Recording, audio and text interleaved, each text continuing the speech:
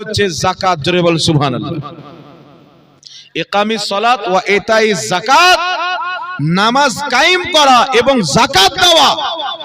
আজকে মুসলমান কত টাকা ইনকাম করে? আল্লাহ তাবারাক ওয়া তাআলা মুসলমানদেরকে কত সম্পদ দান করেছেন।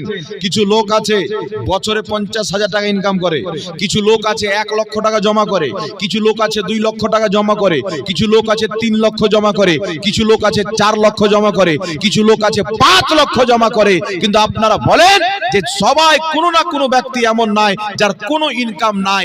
এত টাকা ইনকাম করার পরেও আমরা যাকাত কদিন দিয়েছি? যাকাত কদিন দিয়েছি? কিন্তু আল্লাহর কোরআন তো আমাদেরকে ডাক দিয়ে বলছেন এটাই যাকাত, যাকাত দাও। হযরতে আবু বকর সিদ্দিক রাদিয়াল্লাহু তাআলা আনহু নবী পাক সাল্লাল্লাহু আলাইহি সাল্লামের ইন্তিকালের পর, ওয়াফাত শরীফের পর আল্লাহ পাকের প্রিয় হাবিবের কুরসিতে খেলাফতে যখন বসলেন, হযরতে আবু বকর সিদ্দিকের জামানায় কিছু লোক যাকাতকে যখন অস্বীকার করলেন, তিনি তাদের সাথে যুদ্ধের ঘোষণা করেছিলেন যে যারা যাকাত দেয় না, যাকাত দেওয়ার সামর্থ্য আছে, যাকাত দেওয়ার ক্ষমতা আছে, যাকাত দেওয়ার হিম্মত আছে, তবুও যাকাত দেয় না, আবু বকর সিদ্দিক রাদিয়াল্লাহু তাআলা আনহু বলেছিলেন আমি তাদের সাথে যুদ্ধ ঘোষণা করব। বলেন সুবহানাল্লাহ। আজকে কত লোক আছে আপনাদের এই গ্রামে, কি গ্রামটার নাম? কামারি। এই কামারি গ্রামে এমন লোক নাই যে বছরে 1 লাখ টাকা ইনকাম করে জমা করতে পারে? 2 লাখ, 3 লাখ, 4 লাখ, 5 লাখ আছে না নাই? জোরে বলেন, কথা বলেন, আছে না নাই? কিন্তু যাকাত কটা লোক দেয় বলেন তো? জি, পুরো গ্রামে একটা পাবেন কিনা আমার ডাউট হচ্ছে। আল্লাহ চাইলে হতে পারে, না আমাকে তো লাগে না যে হবে, তবে আল্লাহ পাক জাননেওয়ালা বেহতার। তাহলে আপনারা চিন্তা করেন যে যখন মুসলমান নিজেই হারামে লিপ্ত হয়ে যাবে, তাহলে মুসলমান আল্লাহর দরবারে সাজদা করবে, এটা কি আল্লাহ চাইবে? আজকে আমি যে নামাজ পড়ি না, আজকে আমি সাজদা করতে পারি না, এটা মনে করিয়েন না যে আমি নামাজ পড়ি না। আরে আপনি নিজের প্রতি চেয়ে দেখেন, নিজের অন্তরকে চেয়ে দেখেন, কলবকে চেয়ে দেখেন যে আল্লাহ আপনার প্রতি কোন কর্মের কারণে নারাজ হয়েছেন, আপনার কোন ফলের কারণে নারাজ হয়েছেন যে আল্লাহ আপনাকে তৌফিক দিচ্ছেন না। আল্লাহ চাই না যে আপনি আল্লাহর মসজিদে গিয়ে 2টা সাজদা করেন, এটা আল্লাহ পছন্দ করে না। কেন? আজকে আমাদের সমাজে কেউ যদি সুদ খায় আমরা ঘৃণা করি না? জোরে বলেন বাবজি, ঘৃণা করি কি করি না? আমাদের সমাজে কেউ যদি সুদ খায় আমরা ঘৃণা করি। কেন? আল্লাহ 2টা হাত দিয়েছে, পাও দিয়েছে, সহি সালামত জমি জায়গা আছে, বাড়ি ঘর আছে, তারপরেও হারামখোর গিয়ে সুদ খাচ্ছে।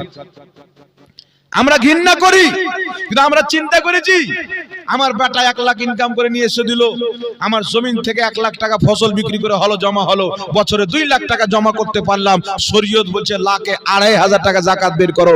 আমরা যাকাত বের করলাম না, নিজের যাকাত নিজে খেয়ে নিলাম। তো সুদখোরের মধ্যে আমার মধ্যে তফাৎ কি থাকলো? জি, সুদখোরের মধ্যে আমার মধ্যে তফাৎ থাকলো? তাহলে চিন্তা করেন আমরা আছি কোন জায়গাতে। তো আল্লাহ পাক আপনারা বলেন আপনি বছরে 1 লাখ টাকা ইনকাম করলেন, এটা আপনি করলেন না আল্লাহ দিল? জোরে বলেন। আল্লাহ যদি না চাইতো ইনকাম করতে পারতেন 2 লাখ, 3 লাখ, আর একটা 8 আনা পারতেন না?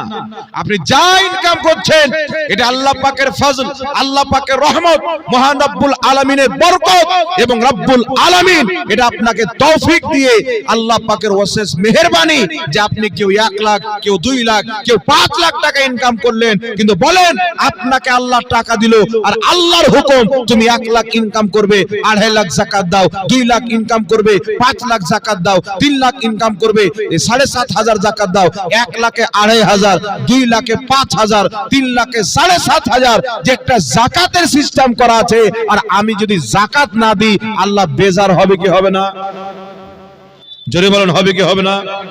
আজকে যদি মুসলমান যাকাত দিত, তো এই যে কিছু বিরুদ্ধ মা দেখতে পাওয়া যায় যারা রাস্তায় ভিক্ষা করে বেড়ায় মুসলমানদের, এরা কোনোদিন ভিক্ষা করতো না। আজকে কিছু দেখতে পাওয়া যায় বাবা মারা গেছে, ছোট ছোট বাচ্চা ভিক্ষা করছে রাস্তায়। আজকে মুসলমান যদি যাকাত দিত তাদেরকে ভিক্ষা করতে হতো না। আজকে মুসলিমদের মধ্যে ভিখারি যদি থাকে, আমার আপনার মতন পয়সাওয়ালা যাদেরকে আল্লাহ টাকা দিয়েছেন কিন্তু যাকাত বের করে না, এদের কারণেই তারা ভিক্ষুক হয়ে গেছে। আমাদেরকে ভাবতে হবে যেই টাকা যাকাত আমাদের প্রতি আল্লাহ জরুরি করেছেন, এত টাকাতে এত টাকা বের করতে হবে, ওই যাকাতের টাকার অধিকার আপনি রাখেন না, আপনি হক রাখেন না। ওই যাকাতের হকদার হচ্ছে ইয়াতিম ব্যক্তি, মিসকিন ব্যক্তি, ফকির ব্যক্তি, গরিব ব্যক্তি। আপনি যদি ওই টাকা খেলেন, যাকাত না বের করেন, আপনি ইয়াতিমদের টাকা মেরে খেলেন, গরিবদের টাকা মেরে খেলেন। একটা সুদ করতো, সুদের টাকা দিয়ে খাটিয়ে খায়, ও তো না যাই হারাম আছে, এতে করে সন্দেহ আছে? আল্লাহর কোরআন হারাম বলেছেন, কিন্তু আপনি আমি যে ইনকাম করে, পরিশ্রম করে, রক্তকে পানি করে, টাকা হালাল তরিকাতে ইনকাম করে আমি আপনি যাকাত দিনা হারাম খাচ্ছি, তাহলে আপনাকে আমাকে ভাবা দরকার আছে না নাই বাবজি?